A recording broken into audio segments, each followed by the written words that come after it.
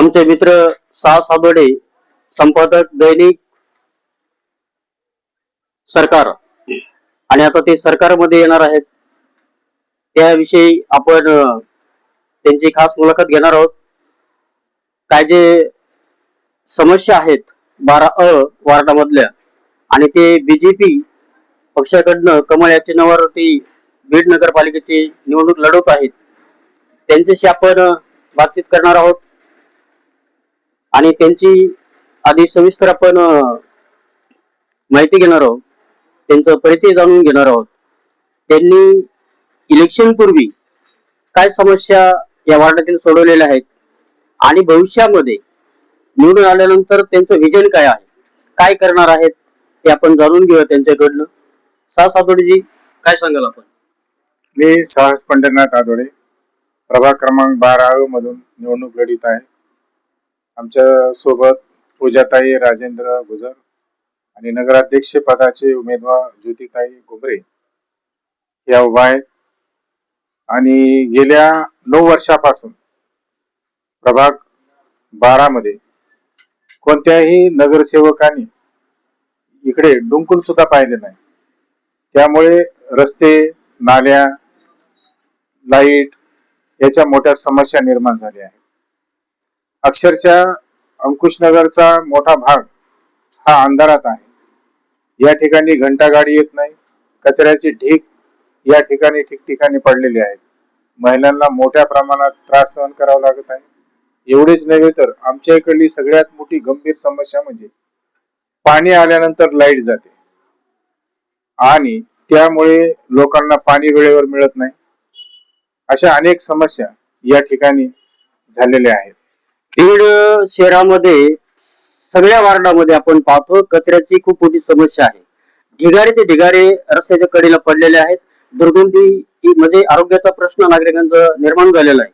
या संदर्भात आपली काही उपाययोजना काय असेल? आता डॉक्टर योगेश क्षीरसागर, डॉक्टर सारिकाताई क्षीरसागर यांच्या माध्यमातून आणि जयदत्त अण्णा क्षीरसागर यांच्या मार्गदर्शनाखाली ही निवडणूक लढून मोठ्या प्रमाणात भाजपाचे उमेदवार नगरसेवक नगरपालिकेमध्ये गेल्यानंतर सर्वात पहिला प्रश्न कचऱ्याचा.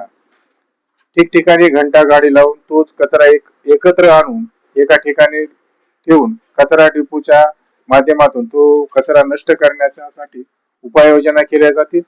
आणि मला खात्री आहे की नगरपालिकेमध्ये भाजपचेच सर्व नगरसेवक निवडून येऊन भाजपची सत्ता बीड नगरपालिकेवर येईल अशी मला खात्री आहे. गेल्या काही वर्षांमध्ये डॉक्टर क्षीरसागर यांच्या ताब्यामध्ये, त्यांच्या कुटुंबाच्या ताब्यामध्ये बीड नगरपालिका होती. 20 वर्षामध्ये त्यांनी काय कामं केलीत हे या बीडच्या वासियांना माहिती आहे. परंतु बीड शहरातील तुम्ही ज्या वार्डामध्ये उभा आहेत 12 मध्ये 12, तर या ठिकाणी आपण हा रोड पाहिला कित्येक वर्षापासून खड्ड्याचा आहे, खड्डेमय आहे आणि अनेक अपघात होण्याचे धोके निर्माण झालेले या ठिकाणी. या संदर्भात आपण गेले काही काळामध्ये आंदोलन केलेले आहेत, त्याबद्दल काय सांगा? धानोर रोड आणि अंकुशनगरचा रोड या 2 मुख्य रस्त्याचा अंतर अंकुशनगरचा 3.25 किलोमीटरचा रस्ता आहे आणि धानोर रोडचा 2.5 किलोमीटरचा रस्ता आहे. गेल्या काही दिवसापासून आम्ही लोकशाही मार्गाने आंदोलन करत आलो आहोत. आम्ही खड्ड्यामध्ये लोटांगण आंदोलन केल्यानंतर येथील पालकमंत्र्यांनी डॉक्टर योगेश क्षीरसागरांच्या माध्यमातून आम्हाला 3 कोटी रुपये मंजूर झाले आणि त्या कामाला आता सुरुवात झाली आहे. दुसऱ्या टप्प्यामध्ये अंकुशनगरचा रस्ता हा लवकरच सुरू होणार आहे असे प्रशासनाकडून सांगण्यात आले आहे. मात्र आचारसंहिता असल्यामुळे या कामाला थोडा विलंब लागणार आहे. त्याचबरोबर रस्तेच नव्हे तर इथली लाईटचा प्रश्न, पाण्याचा प्रश्न, कचऱ्याचा प्रश्न प्रभागामध्ये मोठ्या प्रमाणात आहे. ते पण सोडवण्याचं काम केले जाणार आहे. आणि क्षीरसागरांची सत्ता नगरपालिकेवर असताना प्रभाग क्रमांक 12 मध्ये स्मशानभूमी असेल, गल्ली अंतर्गत मोठ्या प्रमाणात रस्ते झालेले आहेत. एवढेच नव्हे तर नाल्या चांगल्या झालेल्या आहेत आणि बऱ्यापैकी महिलांचे प्रश्न या ठिकाणी सोडवले गेलेले आहेत. विनोदाचा एक प्रश्न सध्या गाजतोय. बीड नगरपालिकेमध्ये नवीनच घुसखोरी केलेले गेवराईचे आमदार विजयसिंह पंडित, डॉक्टर योगेश क्षीरसागर यांनी त्यांना पार्सल म्हटलंय. हे गेवराईचं पार्सल हे गेवराईलाच पाठव, पण त्यांचे कार्यकर्ते म्हणतात हे राजुरीचं पार्सल आहे, राजुरीलाच पाठवलं पाहिजे. या संदर्भात काय सांगता? गेल्या 35 वर्षापासून बीड नगरपालिकेवर क्षीरसागर परिवारांची सत्ता आहे. अनेक ठिकाणी विशेष करून बीड शहरासह बीड मतदारसंघात मोठ्या प्रमाणात कामे झाली आहेत. नगर रोडचा विषय असेल, गल्ली अंतर्गत रस्ते असतील, एवढेच नव्हे तर अटल पाणी योजना असेल, त्याचबरोबर भूमी अंतर्गत गटारीचाही आता प्रकल्प नव्याने हातात घेणार आहे. जर नवगण राजुरीचं जर पार्सल असतं पाठवण्याचं त्यांचं जर मानस असेल तर याच नवगण राजुरीच्या क्षीरसागरांनी गेल्या 50 वर्षात बीड मतदारसंघासह जिल्ह्याचा कायापालट केला आहे. स्वर्गीय काकू नाना यांच्या माध्यमातून जयदत्त अण्णा यांच्या मार्गदर्शनाखाली जयदत्त अण्णा मंत्री असताना सुद्धा मोठ्या प्रमाणात बीड जिल्ह्यात उड्डाणपुले, रस्ते हे झालेले आहेत. त्यानंतर डॉक्टर योगेश क्षीरसागर, डॉक्टर सारिकाताई क्षीरसागर आता मोठ्या प्रमाणात विकास कामे हाती घेतली आहेत. एवढेच नव्हे तर मोठ्या प्रमाणात अतिवृष्टी झाली. स्वतः सारिकाताई, डॉक्टर योगेश क्षीरसागर मुसळधार पावसामध्ये लोकांच्या भेटीला गेले, त्यांना सहकार्य केलं, त्यांच्या राहण्याची खाण्याची मोफत सोय केली.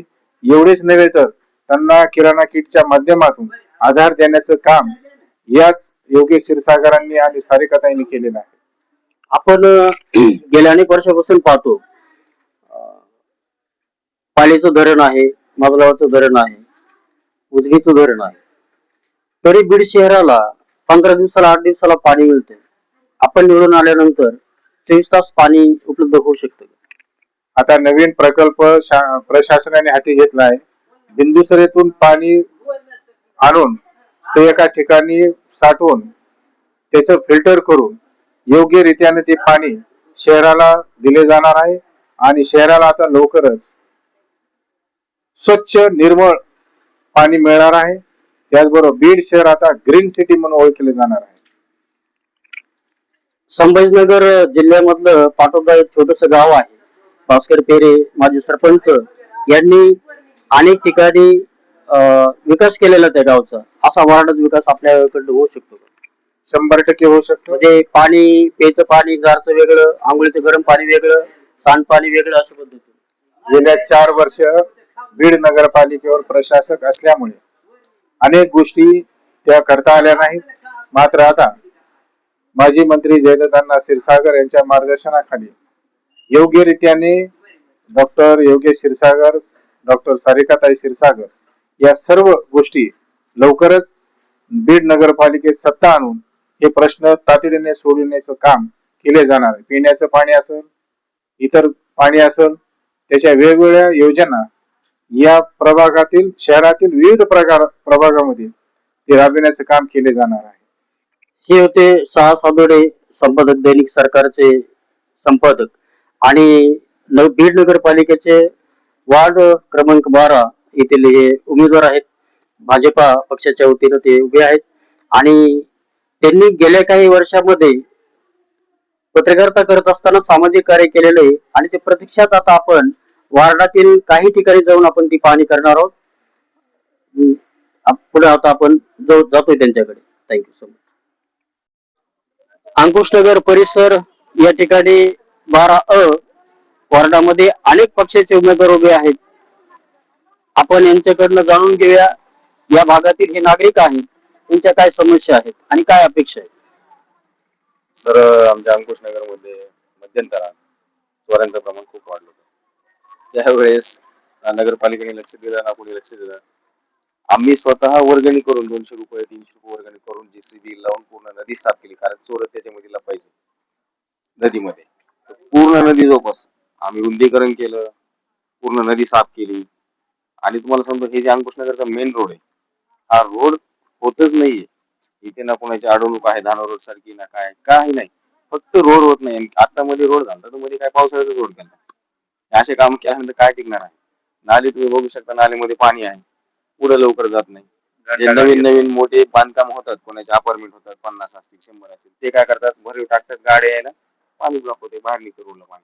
बघा, या अंकुशनगर भागातील नागरिकांचा मोठा प्रश्न या ठिकाणी त्यांनी मांडलाय की हा रोड एकतर पावसाळ्यामध्ये केला आणि वाहून गेला, अशा पद्धतीनं रोड करतात. म्हणजे किती भ्रष्टाचार आहे या ठिकाणी आपल्याला पाहायला मिळेल. दुसरी गोष्ट, नाल्याचाही तो प्रश्न आहे. लोक रस्त्यावर पाणी सोडतात ना, असं पूर्ण नाले व्यवस्थित खोल आणि वाहत्या नसल्यामुळं, नाल्या चांगले केल्या नसल्यामुळं रोडवरती पाणी सोडल्या जाते. त्याच्यामुळे जास्तच खराब होते, असं खड्डे पडते. त्याच्यामुळे रोड आणि नाले व्हायला पाहिजे. येणाऱ्या काळामध्ये कुठल्याही पक्षाचे उमेदवार जरी निवडून आले तर अपेक्षा एवढीच आहे, रस्ते चांगले पाहिजेत, नाल्या चांगल्या पाहिजेत, 24 तास पाणी पाहिजे, लाईट पाहिजे, रोजगार पाहिजे. Okay. Lokshahi the great news channel, Bhagwat Vaidya. झाले madam, thank you so much. Ankushnagar परिसर भाजपाचे अधिकृत उमेदवार सा सादोडे हे 12 मधून उभा आहेत. या वार्डामध्ये त्यांनी आतापर्यंत काय सामाजिक कार्य केलेलं आहे, त्याचबरोबर वेगवेगळ्या या वार्डामध्ये समाजाचे समाज मंदिर आहेत, हिंदू धर्माचे असतील, बौद्ध धर्माचे असतील, बरोबर की नाही? तर कशा पद्धतीनं ते सर्व समाजाकडे पाहायला जातंय, तर या संदर्भात तुम्ही काय सांगा? अंकुशनगर मध्ये पाण्याची टाकी दिली, लाईटीचे फोकस दिले, बुद्ध विहारामध्ये 3 फॅन बसवले आणि अंकुशनगर मध्ये इकडच्या साईड, विहिरीकडच्या साईडला मरून टाकला. अजून त्यांनी काय सामाजिक कार्य केलेलं आहे की जेणेकरून तुम्हाला वाटतंय की त्यांना निवडून दिलं पाहिजे? त्या हनुमान मंदिराला पाणी दिले त्यांनी, कोणाला टाकी दिली, परत एक फोकस बसविले, ह्याच्यावर रोडच्या साईडला देखील फोकस बसविले.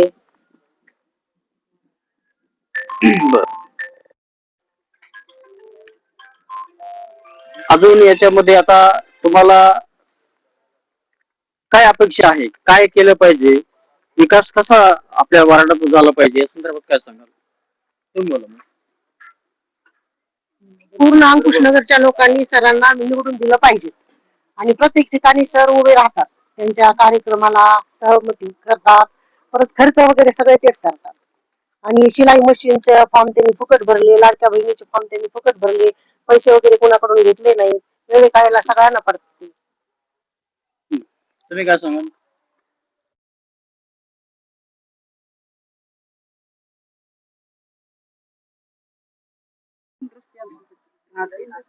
तीन गल्लीतले रस्ते राहिलेले करून देऊ. या परिसरामध्ये सामान्य नागरिकांचे समस्या हे आहेत की रस्त्याचे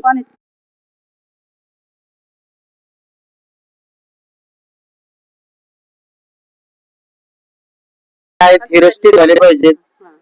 पाणी नळाला मोठ्या दाबाने येत नाही, ते पाणी आलं पाहिजे. तर हे होते या अंकुशनगर परिसरातील काही महिला, त्यांनी समस्या सांगितलेल्या आहेत की पाणी मिळालं पाहिजे, रस्ते चांगले झाले पाहिजेत. आणि ही अपेक्षा भाजपाचे अधिकृत उमेदवार सा सादोडे यांच्याकडनं त्यांनी ठेवलेली आहे.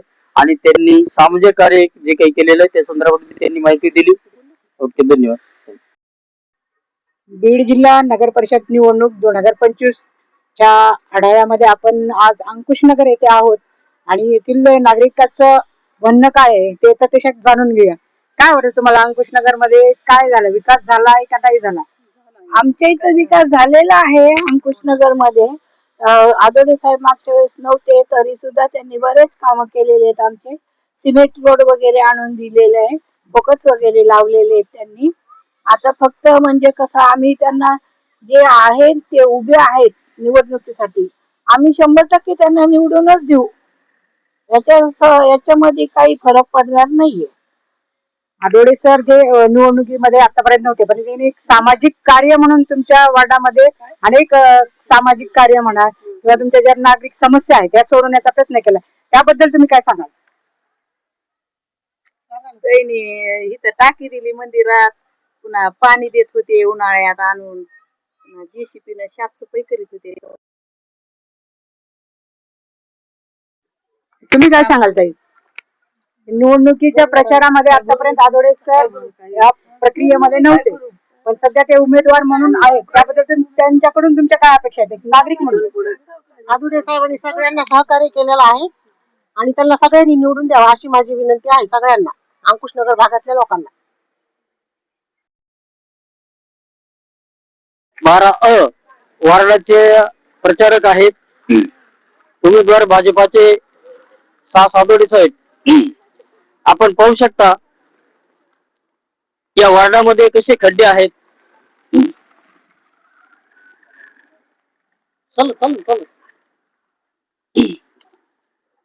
या खड्ड्यामय वातावरणामध्ये आता त्या प्रचार करत आहेत आणि भविष्यात त्यांना हे बदल घडवून घ्यायचा आहे. बरोबर आहे. हे नाल्या पाहू शकता आपण, अशा 12 महिने तुडुंब भरलेले असतात, ज्याच्यामध्ये मोठ्या प्रमाणात जंतू आणि डास खूप मोठ्या प्रमाणात आहेत. दरवाजा उघडला का डास घरात शिरतात, असं वातावरण या ठिकाणी आता सध्या आपल्याला पाहायला मिळतं. ह्या सगळा कचरा पहा, दुर्गंधी पसरलेली असते, कचरा अवैधवे पडलेला असतो आणि हा बदल इथल्या या नागरिकांना करून घ्यायचा आहे. येणाऱ्या काळामध्ये हा रोड चकाचक, नाल्या मस्त वाहत्या असल्या पाहिजेत, प्यायला स्वच्छ पाणी दर दिवस मिळालं पाहिजे, 24 तास लाईट मिळाली पाहिजे. बरोबर आहे, हीच अपेक्षा आहे आपली ना. आणि विकास काय असतो तो आपल्याला या ठिकाणी या उमेदवाराच्या माध्यमातून, सादोडेच्या माध्यमातून आपल्याला पाहायचा आहे. बरोबर आहे.